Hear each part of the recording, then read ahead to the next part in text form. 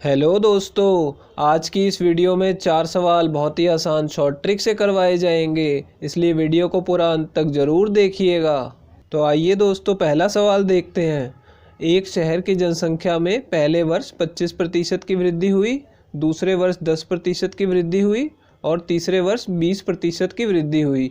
तो 3 वर्षों में जनसंख्या में कितने प्रतिशत की वृद्धि हुई, हमें बताना है दोस्तों।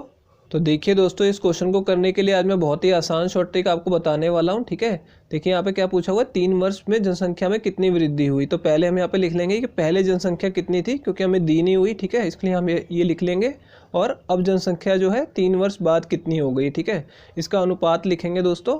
ठीक है, पहले वर्ष देखिए कितने प्रतिशत की वृद्धि हो रही है, 25% की। तो आपको यहाँ पे पहले 100 ले लेना जनसंख्या को। ठीक है, अब इसमें 25 की वृद्धि कर देनी है, क्योंकि 25% की हो रही है पहले वर्ष में। तो यहाँ पे 125 आ जाएगा दोस्तों, अनुपात ले लेंगे। ठीक है, और दूसरे वर्ष 10% की वृद्धि हो रही है, तो आपको देखिए क्या करना है, यहाँ पे फिर से 100 लिख लेना है। ठीक है, और 100 में 10 की वृद्धि कर देनी है। ठीक है, तो 110 आ जाएगा दोस्तों।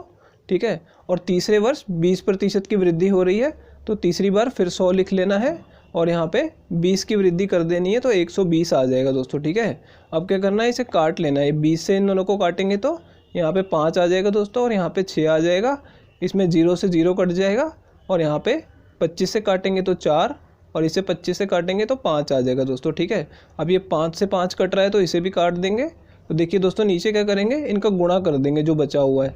4 गुणा 10 यानी 40 आ जाएगा दोस्तों, और यहाँ पे 6 गुणा 11 66 आ जाएगा दोस्तों। ठीक है, यानी यदि पहले जनसंख्या 40 थी तो अब 66 हो गई है। तो दोस्तों कितने की वृद्धि हो रही है, 26 की वृद्धि हो रही है। ठीक है, लेकिन हमें प्रतिशत में बताना है। ठीक है, तो यहाँ पे किस पे हो रही है वृद्धि, 40 पे हो रही है। ठीक है, तो नीचे 40 आएगा, और प्रतिशत में बदलने के लिए 100 से गुणा कर दीजिए। देखिए अब इसे काटेंगे 20 से, तो कितना आ जाएगा, 5, और यहाँ पे 2 आ जाएगा दोस्तों। 2 से इसे काटेंगे तो 13। ठीक है, 13 पंजे 65 आ जाएगा। तो यानी कि 65% की कुल वृद्धि हुई है। तो ये हमारा आंसर तीसरा ऑप्शन करेक्ट है। तो आइए दोस्तों, अब अगले सवाल पे चलते हैं। तो आइए दोस्तों, अब ये दूसरा सवाल देखते हैं। एक दुकानदार को 60 किलो चावल बेचने पर 10 किलो चावल के विक्रय मूल्य के बराबर लाभ होता है। तो उसका लाभ प्रतिशत कितना है, ये हमें बताना है दोस्तों। तो देखिए दोस्तों, इसमें क्या दिया हुआ है, 60 किलो चावल बेचने पर उसे 10 किलो चावल के विक्रय मूल्य के बराबर लाभ होता है। ठीक है दोस्तों, यहाँ पे विक्रय मूल्य के बराबर लाभ हो या विक्रय मूल्य के बराबर हानि हो, तो आपको क्या करना है, आपको विक्रय मूल्य को 1 रुपया मान लेना है। ठीक है, देखिए कैसे मैं बताता हूँ कि विक्रय मूल्य कितना होगा। 1 किलो चावल का विक्रय मूल्य दोस्तों यहाँ पे 1 रुपया ले रहा हूँ मैं। ठीक है, लेकिन ये विक्रय मूल्य को लेना है आपको। ठीक है, तो देखिए उसने 10 किलो विक्रय मूल्य के बराबर उसे लाभ हो रहा है, तो 1 किलो चावल 1 रुपये का है, तो 10 किलो चावल कितने का होगा दोस्तों, यहाँ पे 10 रुपये का। ठीक है, यानी कि उसका लाभ 10 किलो के बराबर है, तो यानी 10 रुपये उसका लाभ हो गया दोस्तों। ठीक है, अब क्या बोल रहा है, उसे 60 किलो चावल बेचने पे लाभ होता है। ठीक है, तो यानी उसने 60 किलो चावल बेचे होंगे। ठीक है, 1 किलो चावल 1 रुपये का बेचा है, तो 60 किलो 60 रुपये का बेचा होगा दोस्तों।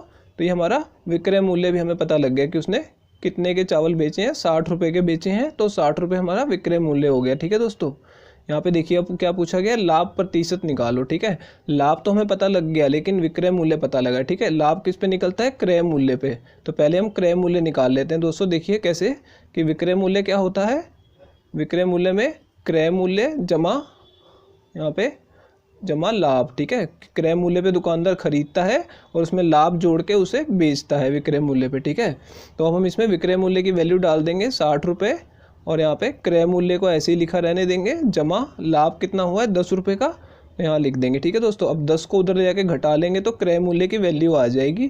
तो 60 में से 10 घटाएंगे तो 50 रुपये हमारा क्रय मूल्य आ जाएगा दोस्तों। ठीक है, तो ये क्रय मूल्य हमें पता लग गया। ठीक है, तो अब देखिए लाभ प्रतिशत कैसे निकलता है, कि लाभ कितने का हुआ है, लाभ हुआ 10 रुपये का। ठीक है, किस पे हुआ है, क्रय मूल्य पे, यानी 50 रुपये पे। तो 50 से इसे भाग कर दीजिए और 100 से गुणा कर दीजिए दोस्तों। ठीक है, 50 से काटेंगे तो ऊपर 2 आ जाएगा। ठीक है, और 10 को 2 से गुणा करेंगे तो यानी 20% का दोस्तों लाभ हुआ है उससे। ठीक है, तो ये चौथा ऑप्शन करेक्ट होगा। तो आइए दोस्तों, अब अगले सवाल पे चलते हैं। तो दोस्तों हम ये तीसरा सवाल शुरू करें उससे पहले आप दोस्तों चैनल को सब्सक्राइब कर लीजिए, और दोस्तों नोटिफिकेशन बेल को भी ज़रूर ऑन कीजिएगा, ताकि आने वाली सभी वीडियो का नोटिफिकेशन आपको मिलता रहे। तो आइए दोस्तों, ये तीसरा सवाल देखते हैं। एक कक्षा में 40% लड़के हैं, यदि परीक्षा में 60% लड़के पास होते हैं और 70% लड़कियां पास होती हैं तो कक्षा में कितने प्रतिशत छात्र फेल हुए, ये हमसे पूछा जा रहा है दोस्तों। तो देखिए दोस्तों, इस क्वेश्चन को आज हम एलिगेशन मेथड की मदद से करने वाले हैं। दोस्तों इस मेथड से करने पे ये क्वेश्चन बहुत ही आसानी से हो जाएगा, पर आपको इसे ध्यान से समझना होगा। ठीक है, यहाँ पे बोला जा रहा है कि 60% लड़के पास होते हैं और 70% लड़कियां पास होती हैं, लेकिन ध्यान दीजिए वो फेल का प्रतिशत पूछ रहा है पूरी कक्षा का, कि फेल कितने बच्चे हुए हैं। ठीक है, तो देखिए उसी तरीके से हमें एलिगेशन मेथड लगाना होगा। लड़कों के लिए मैं बॉयज़ लिख रहा हूँ और लड़कियों के लिए गर्ल्स लिख रहा हूँ। ठीक है दोस्तों, तो देखिए यहाँ पे फेल का पूछा जा रहा है, तो हम यहाँ पे भी फेल का ही यहाँ पे लिखेंगे। देखिए 60% लड़के पास होते हैं तो फेल कितने हुए होंगे, तो 40% फेल हुए होंगे। ठीक है दोस्तों, 60 यहाँ पे दिया है तो हमने 100 में से 60 को माइनस करके 40 निकाल लिया। इसी तरीके से 70% लड़कियाँ पास होती हैं तो फेल कितनी हुई है, 30%। ठीक है, तो हमें फेल वाले का ही लिखना है दोस्तों, क्योंकि फेल का पूछा जा रहा है, ये ध्यान दीजिएगा। ठीक है, अब पूरी कक्षा का कितना होगा दोस्तों यहाँ पे प्रतिशत, वो हम यहाँ पे x मान लेंगे, लेकिन जो पूरी कक्षा का होता है उसको बीच में लिखना होता है, लड़कों और लड़कियों के बीच में यहाँ पे लिखना है दोस्तों। ठीक है, तो ये एलिगेशन मेथड की तरह मैं लाइन्स खींच रहा हूँ।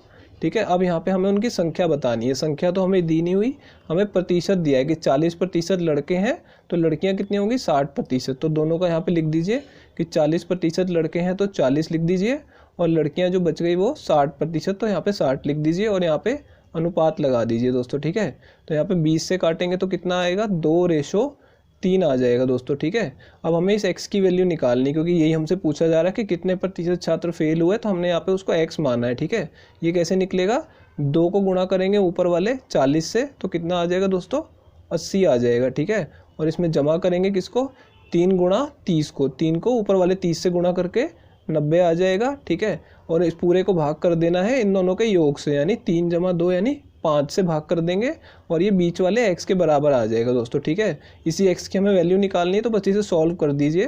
तो इसे जमा करने पे आएगा 170/5। ठीक है, जब आप 5 से इसे काटेंगे तो कितना आएगा दोस्तों, 34 आ जाएगा। ठीक है, तो x की वैल्यू 34 आई है और ये प्रतिशत में है। ठीक है दोस्तों, तो ये हमारा आंसर होगा तीसरा।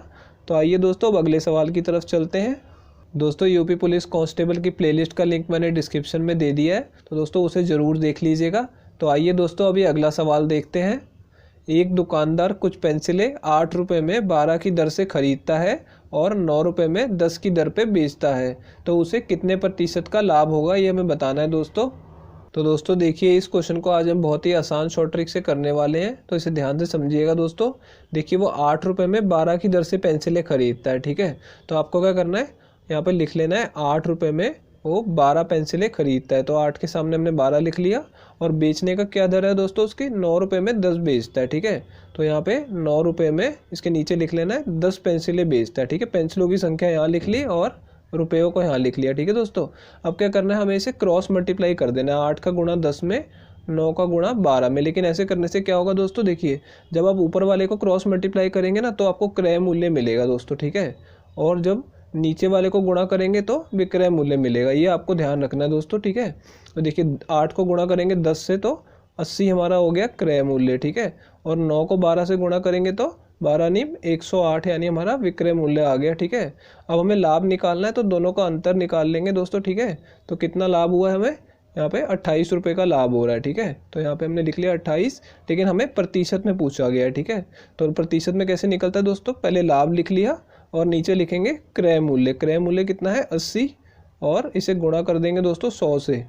तो यहाँ पे देखिए 80 को और 100 को हम 20 से काट सकते हैं, तो यहाँ पे 5 आ जाएगा, यहाँ पे 4 आ जाएगा। ठीक है, अब 4 से इसे काटेंगे तो ऊपर 7 आ जाएगा, 7 पंजे 35%, यानी दोस्तों उसका लाभ कितना हुआ है, 35% का उसे लाभ हुआ है। पाँचों ऑप्शन करेक्ट है। तो ठीक है दोस्तों, ये वीडियो अब यहीं पे ख़त्म करते हैं, आपसे मिलेंगे अब अगली वीडियो में।